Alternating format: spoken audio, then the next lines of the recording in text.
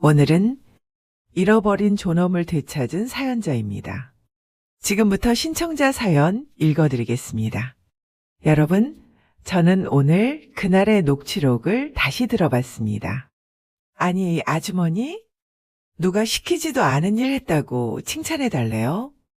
제가 당신한테 돈 주고 고용했나요? 착각하지 마세요. 며느리의 이 목소리가 지금도 제 귀를 찢습니다.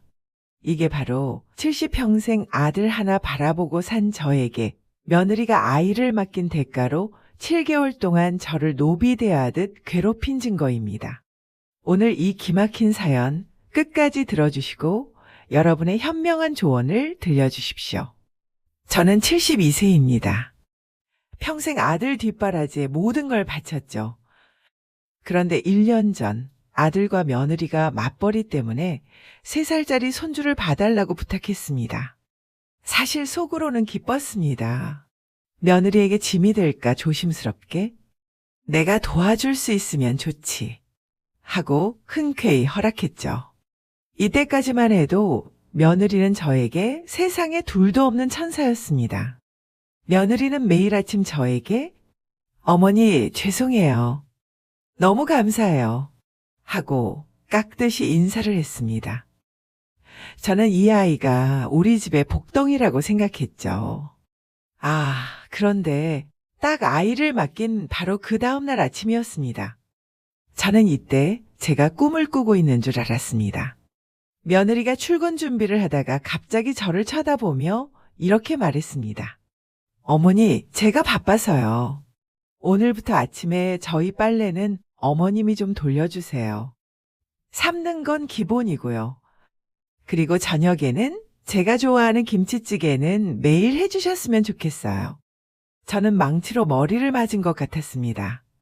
제가 해주겠다고 말은 했지만 이건 도움이 아니라 지시였거든요. 하지만 손주 얼굴을 보며 꾹 참았습니다. 그렇게 이틀이 지나고 며느리는 한술 더 떴습니다. 어느 날 손주를 재우고 있는데 며느리가 들어와서 저를 향해 이렇게 말했습니다. 아니, 아주머니, 주방에 왜 물이 흥건해요? 당신이 집주인인 줄 아세요? 저는 이때 제 귀를 의심했습니다. 아주머니라고요? 70평생 듣지 못했던 이 호칭이 바로 며느리가 저에게 보낸 노비 대하듯 괴롭히는 첫 번째 신호였습니다.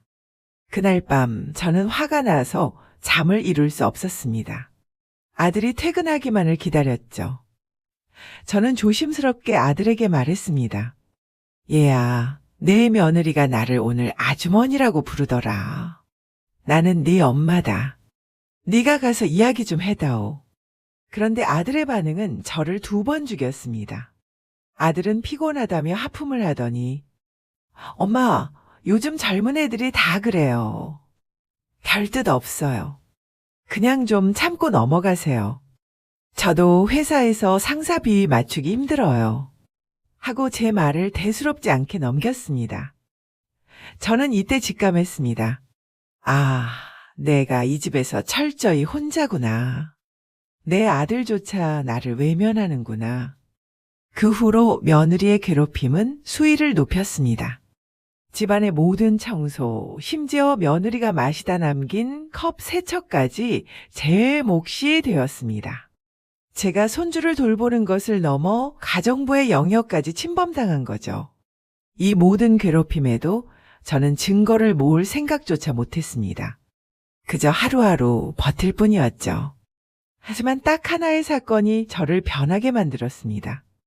며느리가 저에게 돈을 이용해 절대 넘지 말아야 할 선을 넘는 금전적 지령을 내렸을 때 저는 마침내 복수를 결심했습니다.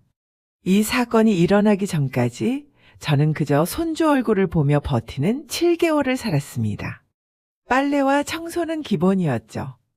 그런데 어느 날 며느리가 저에게 쇼핑백 하나를 건네는 겁니다. 어머니, 제가 쓰는 화장품이에요. 다 쓰셨죠. 제가 어머니 거 사왔어요. 저는 속으로 그래도 며느리가 시어머니 챙기는 마음은 있구나 싶어 고맙게 받았습니다. 그런데 그 다음 주말이었습니다. 며느리가 제 앞에 앉더니 갑자기 스마트폰을 들이미는 겁니다. 어머니, 이거 저번에 사드린 화장품 영수증인데요. 이거 32만 원이거든요. 어머님 통장에서 저희한테 보내주시면 돼요. 저는 그 자리에서 온몸이 얼어붙는 것 같았습니다. 며느리가 사준 줄 알았던 화장품이 알고 보니 저에게 떠넘긴 빚이었던 겁니다. 게다가 그 화장품, 제가 쓰지도 않는 고가 화장품이었습니다. 며느리는 태연하게 말했습니다. 제가 어머니한테 심부름 시킨 적 없죠? 그러니까 공짜로 달라고 하지 마세요. 저는 그날 밤 며느리가 아니라 제 아들에게 미칠 듯이 화가 났습니다. 제가 무슨 죄를 지어서 이 나이에 며느리한테 이런 수모를 당해야 하나? 노비 대접도 모자라 이젠 돈까지 뜯기다니. 더 이상은 못 참는다. 내가 이 집에서 나가거나 며느리가 나가거나 둘 중 하나다. 저는 곧바로 며느리를 무너뜨릴 무기를 찾기 시작했습니다. 하지만 아들은 여전히 며느리 편이었죠. 단순한 말싸움으로는 저를 외면하는 아들의 마음을 돌릴 수 없다는 것을 깨달았습니다.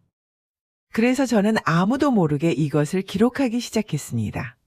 바로 휴대폰 녹음 기능과 작은 손바닥 일기장이었습니다.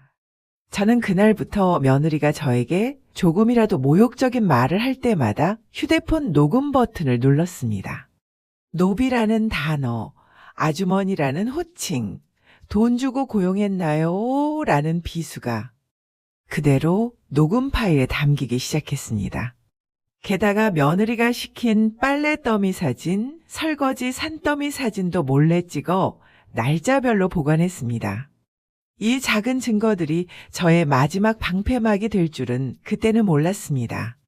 증거를 모으던 중 저는 또 하나의 충격적인 사실을 알게 되었습니다. 며느리가 외부 사람들에게는 저에게 최고의 시어머니 대접을 하고 있다고 거짓말을 하고 다녔던 겁니다. 며느리는 자기 친정엄마에게까지 시어머니 덕분에 내가 이렇게 호강한다 며 거짓된 카톡 메시지를 보냈더군요.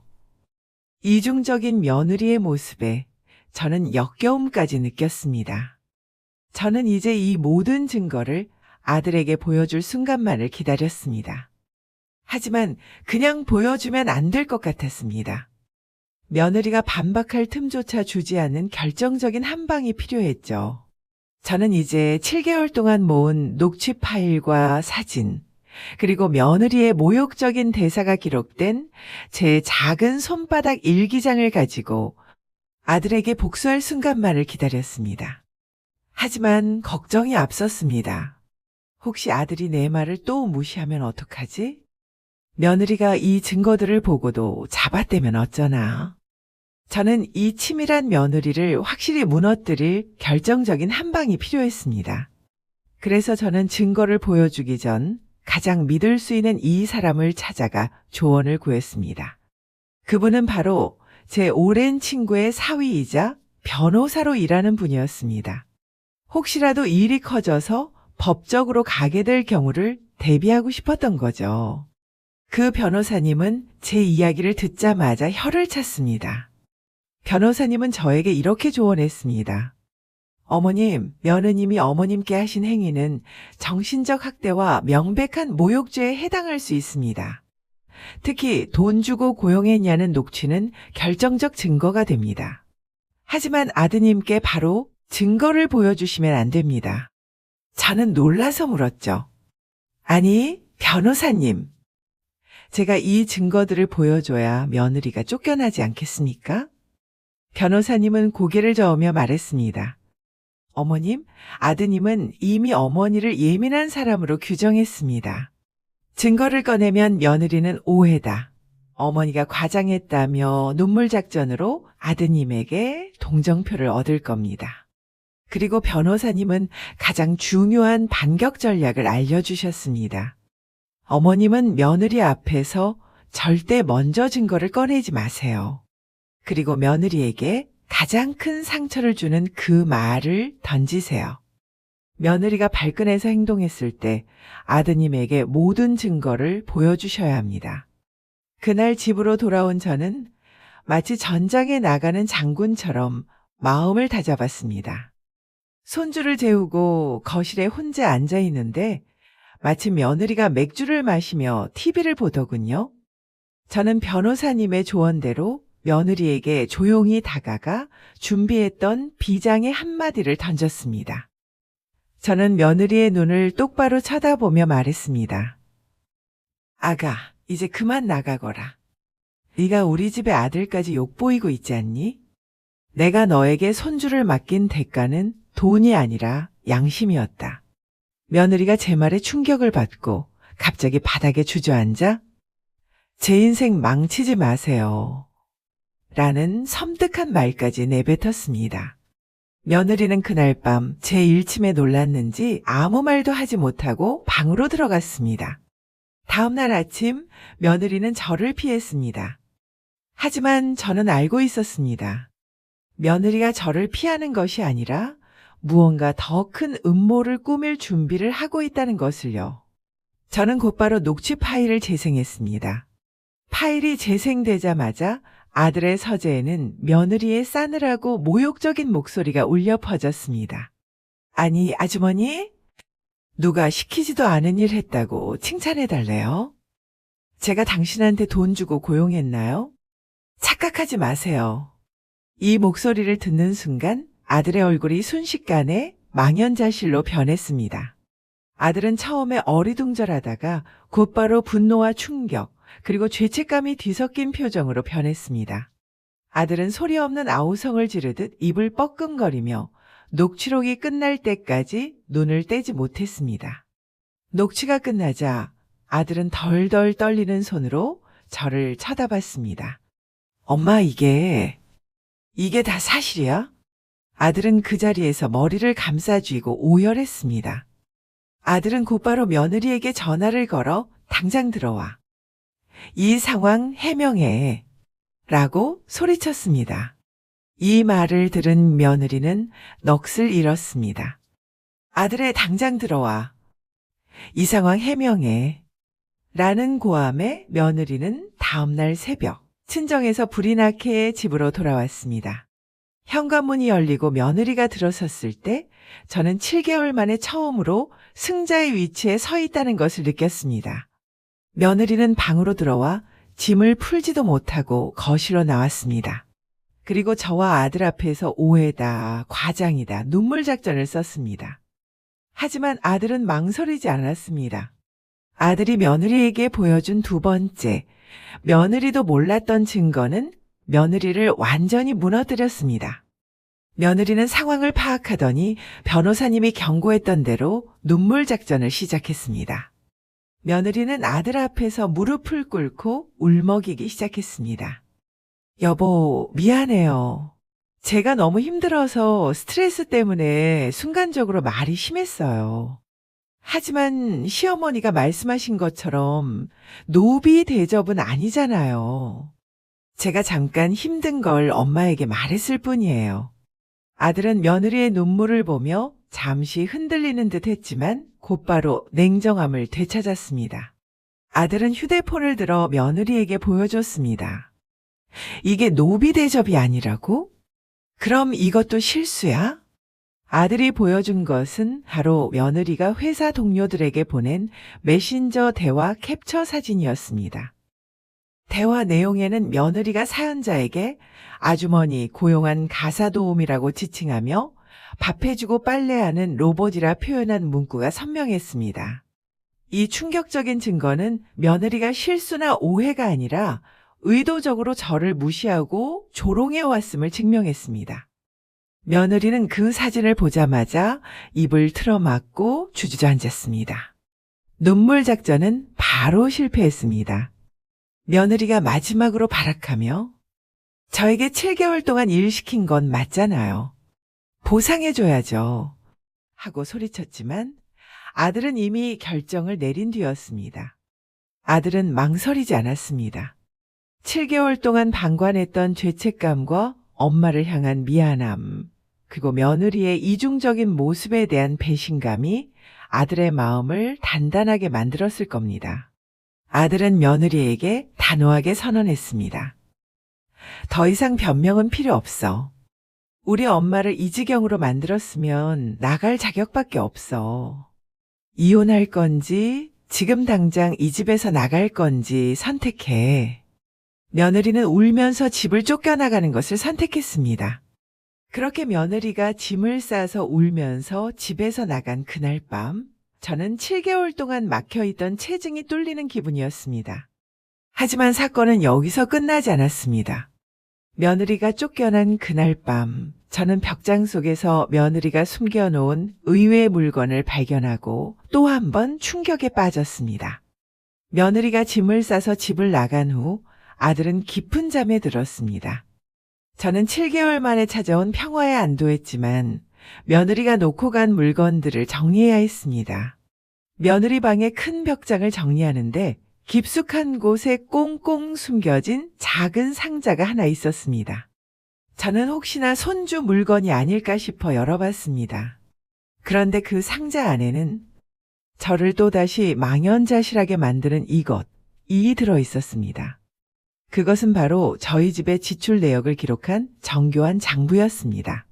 날짜별로 시어머니가 먹은 쌀, 시어머니가 사용한 전기 수도료 예상치, 시어머니 식대까지 꼼꼼히 계산되어 있었습니다. 며느리는 제가 먹고 자고 숨쉬는 모든 행위를 돈으로 환산하고 있었던 겁니다. 심지어 그 장부의 마지막에는 이렇게 적혀 있었습니다. 총합 38만 7천 원. 시어머니에게 청구할 예상 금액.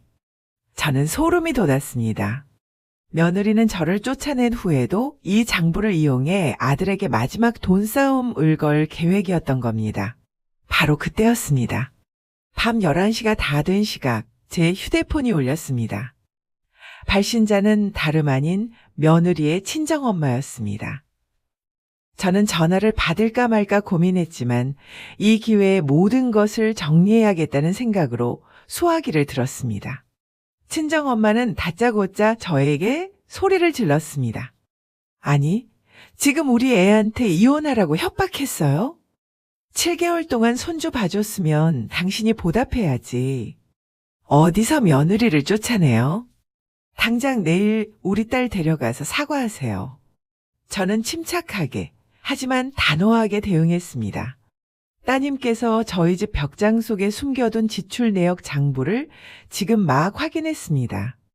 사돈께서는 따님이 저를 노비로 만들고 제게 식대까지 청구하려 했다는 사실을 알고 계셨습니까?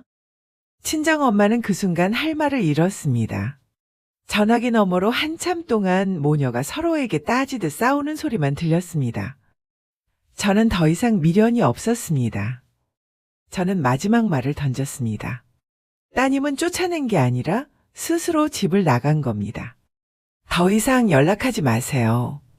며느리의 친정 엄마와의 전화 통화가 끝난 후 저는 온몸에 힘이 빠졌습니다. 하지만 동시에 70평생 느껴보지 못했던 해방감과 존엄을 되찾은 기분이었습니다. 아들은 그날 이후 매일 저에게 용서를 구하고 있습니다. 엄마, 제가 너무 잘못했어요. 엄마가 7개월 동안 얼마나 힘드셨을까요? 그동안 저를 외면했던 아들의 진심 어린 눈물을 보니 지난 고통이 눈 녹듯 사라지는 것 같았습니다. 하지만 문제는 남았습니다. 바로 사랑하는 손주였습니다. 아들은 결국 며느리와 이혼 소송을 진행하기로 했고 저는 손주를 다시 못 볼까봐 두려웠습니다. 다행히 아들이 친권과 양육권을 가져오기로 하면서 이제 손주와 저는 다시 행복한 일상을 보내고 있습니다. 이혼 과정에서 며느리는 모아둔 지출 장부와 녹취록을 보고 더 이상 싸우려 하지 못했습니다. 사연자님은 이 7개월의 시간을 인생의 혹독한 수업이었다고 회상하셨습니다. 그리고 이 사연을 듣고 계실 이 시대의 모든 시니어분들, 특히 시어머니들에게 꼭 전하고 싶은 3가지 메시지가 있다고 하셨습니다. 첫째, 절대 무시당하지 마십시오. 우리는 아랫사람의 가정부가 아닙니다. 둘째, 자식에게 의존하지 마십시오. 자식의 외면이 당신의 고통을 2배로 만듭니다. 당신의 삶은 당신의 것입니다. 그리고 셋째, 치명적인 증거를 모으십시오. 말만으로는 며느리의 뻔뻔함을 이길 수 없습니다. 자녀에게도 객관적인 증거가 필요합니다. 잃어버린 존엄을 되찾은 사연자님은 지금 손주와 함께 행복한 나날을 보내고 계십니다. 아들은 이제 매일 퇴근하면 어머니의 방을 찾아 안부를 묻고 주말이면 세모자가 함께 외식하는 즐거움을 되찾았다고 합니다. 사연자님은 70평생 아들을 위해 살았다면 남은 여생은 나 자신을 위해 살겠다고 다짐하셨습니다. 오늘 이 긴 사연 함께 해주신 여러분께 진심으로 감사드립니다.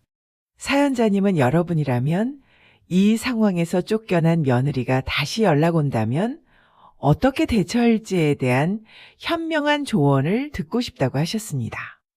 여러분이라면 이 상황에서 어떤 마지막 조언을 해주시겠습니까? 여러분의 소중한 경험과 현명한 생각을 댓글로 나눠주십시오. 이 시대 모든 시니어분들의 용기 있는 삶을 응원하며 지금까지 잃어버린 존엄을 되찾은 사연자님의 이야기였습니다. 다음에도 더욱 공감 가는 사연으로 찾아뵙겠습니다. 감사합니다.